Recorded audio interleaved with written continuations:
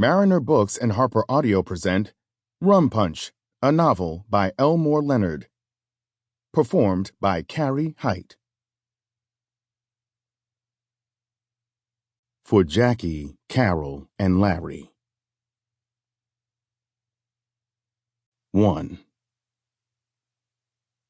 Sunday morning, Ordell took Lewis to watch the white power demonstration in downtown Palm Beach.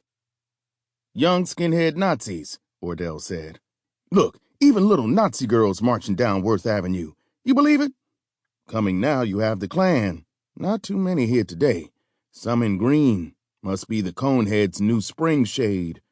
Behind them, it looks like some bikers for racism, better known as the Dixie Knights. We're going to move on ahead, fight through the crowd here," Ordell said, bringing Lewis along. "There's a man I want to show you. See who he reminds you of. He told me they're going to march up South County and have their show on the steps of the fountain by City Hall. You ever see so many police? Yeah, I expect you have.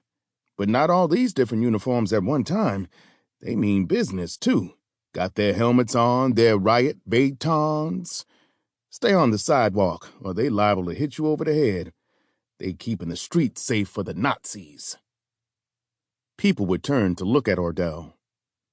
Man, all the photographers, TV cameras. This shit is big news. Has everybody over here to see it.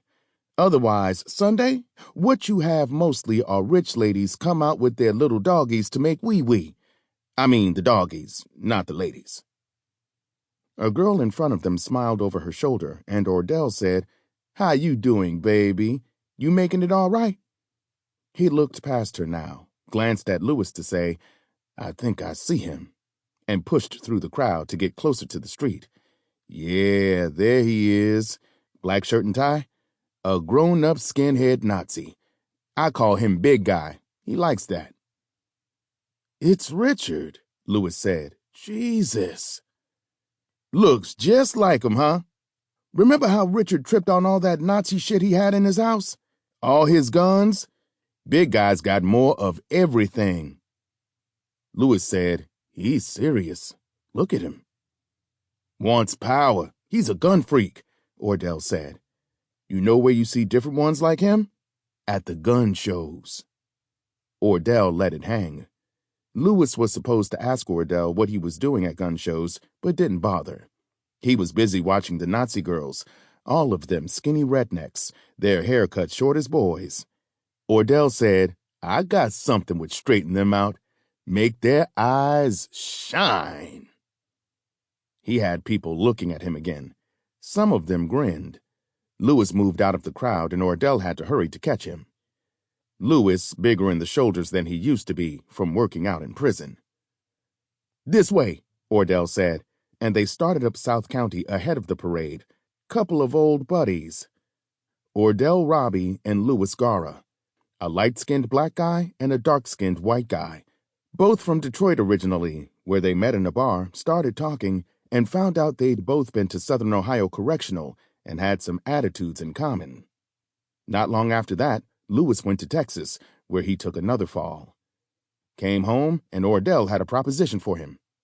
$1 million idea to kidnap the wife of a guy making money illegally and hiding it in the Bahamas. Lewis said okay. The scheme blew up in their face, and Lewis said never again. 13 years ago. And now, Ordell had another scheme. Lewis could feel it. The reason they were here watching skinheads and coneheads marching up the street. Ordell said, "Remember when you came out of Huntsville and I introduced you to Richard?" Starting to lay it on him, Lewis was positive now. "That's what today reminds me of," Ordell said. "I think it's fate working.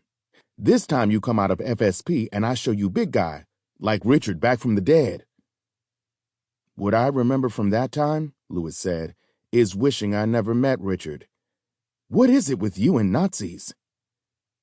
"They fun to watch," Ordell said. "Look at the flag they got, with the boogied-up lightning flash on it. You can't tell if it's supposed to be SS or Captain Marvel."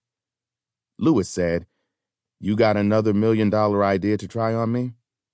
Ordell turned from the parade with a cool look, serious.